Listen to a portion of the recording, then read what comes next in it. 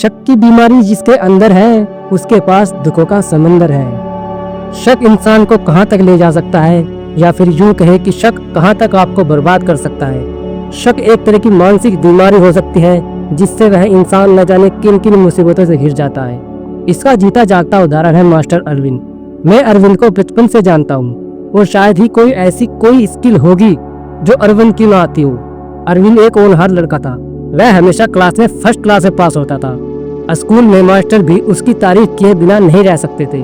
आगे चलकर अरविंद ने मास्टर की उपाधि हासिल की और बच्चों को पढ़ाने के साथ साथ नौकरी की तैयारी भी करने लगा।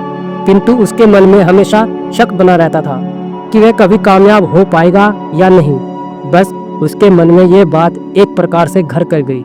दिन बीतते गए, साल बीतते गए और समय गुजरता गया। अब तो अरविंद का हौसला भी टूट चुका था कि एक दिन ना जाने वह ये मुकाम हासिल करेगा या नहीं। मगर उसे क्या पता था कि जो उसके मन में शक था वह एक प्रकार से भयानक रूप लेने लगेगा। एक दिन अचानक मैं अरविंद से मिला। मैंने उसको मास्टर जी कहकर प्रणाम किया, क्योंकि गांव में अधिकतर लोग उसको मास्टर जी ही कहकर पुकारते थे। जब मैंने उनको देखा तो मैं दंग रह गया, क्योंकि जिस अरविंद को मैं जानता था वह तो अरविंद है ही नहीं। मैंने उसको बार बार इसका कारण पूछा, मगर वे टालते गए। आखिरकार उन्होंने मेरे बार बार कहने पर बताना उचित समझा। उन्होंने बताया कि कुछ समय पहले जब मैं नौकरी की तैयारी कर रहा था तो उसकी मुलाकात एक लड़की से हो गई। पहले तो वह मुझसे कभी कभी फोन पर बातें करती थी, मगर कुछ समय बाद रात रात भर बातें होने लगी, और वह बातें कब प्यार में बदल गई मुझे कभी पता ही नहीं चला।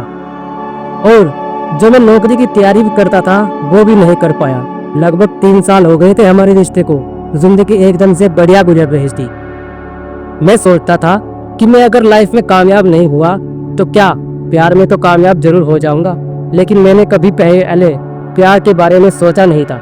मगर जब से वो लड़की मेरी जिंदगी में आई है, सब कुछ सा बदल गया है। मानो मेरे संसार को जीत लिया हो। मैंने भी उसकी बड़ी बातें ही ध्यान से सुनी। फिर मैं बोला, तो फिर आगे क्या हुआ? तो कुछ परेशान सा रहने लगा है। फिर जो अरविंद ने मुझे बताया, मेरे तो होश ही उड़ गई, और जिसका डर था वही होने वाला था। दरअसल अरविंद ने जब मुझे बताया कि उसके ही किसी दोस्त ने उस लड़की को किसी दूसरे लड़के के साथ बातें करते हुए देखा है, तो मेरे तो दुनिया ही खत्म हो गई। फिर अरविंद ने उस लड़की से पूछा कि मैंने तेरे बारे में जो सुना है क्या वह सही है?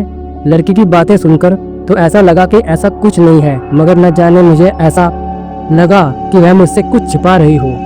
मेरे बार बार कहने पर भी नहीं बता रही है। मगर हाँ, अब हमारे बीच फोन पर बातें बहुत ही कम होने लगी। मैंने उससे पूछा तो कहती कि मेरे पास समय नहीं है। मैंने अरविंद से कहा, फिर क्या हुआ? अरविंद बोला कि एक रात मुझे नींद नहीं आ रही थी, तो मैंने उस लड़की को फोन लगाया, मगर फोन किसी अन्य फोन पर व्यस्त था। अब रात में 2 बजे ऐसा क्या हुआ कि उसे किसी को फोन आया होगा। मैं परेशान हो गया।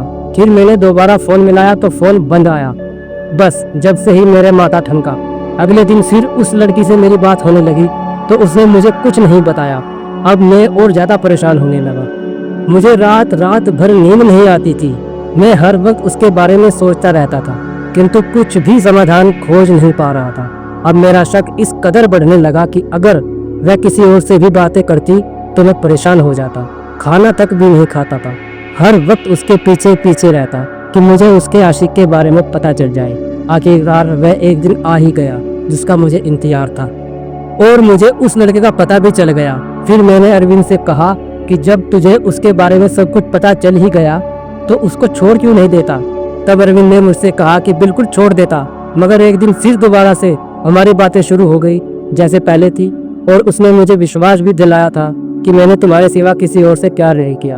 और मैंने उसकी बातें मान ली, क्योंकि मैं उससे बहुत प्यार करता हूँ। मगर मेरे मन में जो शक की बीमारी पनप रही है, मैं उससे निजात नहीं पा रहा हूँ। अगर वो लड़का उसके घर के सामने से भी गुजर जाता है तो मैं परेशान हो जाता हूँ, क्योंकि वह लड़का अभी अभी उसकी तरफ देखता चला जाता है। हर समय उन दोनों का चिंता करता रहता हूँ, जबकि वह लड़की अब भी मेरे से बात करती है।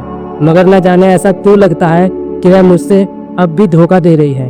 अब तो इतनी टेंशन होने लगी कि मन और दिमाग भी काम नहीं करता है, और ना अच्छी तरह से भूख लगती है। यहाँ तक कि मैं बीमार भी रहने लगा हूँ। मगर शक ने मेरा सब कुछ बर्बाद कर दिया है। तो बता मैं क्या करूँ? तब मैंने अरविंद जी को समझाया कि आप ऐसी चिंता कर रहे हो। आप तो शिक्षक हो, आप तो दूसरों को मुसीबतों का समाधान करते हो। हाँ, मैं जानता हूँ कि आप एक शक की वजह से परेशान हो और इसका हल भी आपके ही पास है। तो मास्टर जी, मैं तो आपसे इतना ही कहूँगा कि आपको मैं बचपन से जानता हूँ। आप तो वह इंसान हैं जिनसे हमने भी कभी बहुत कुछ सीखा है।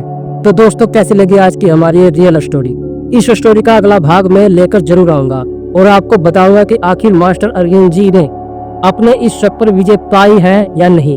तो आगे की स्टोरी जानने के लिए हमारे चैनल अवनीश विद्या चैनल को सब्सक्राइब जरूर करें और साथ ही बेल आइकन को प्रेस जरूर करें, जिससे इस वीडियो का अगला भाग आप तक जरूर पहुंचे। तब तक के लिए मैं अवनीश कुमार आपसे विदा। नमस्कार, नमो बुद्धाय, जय हिंद।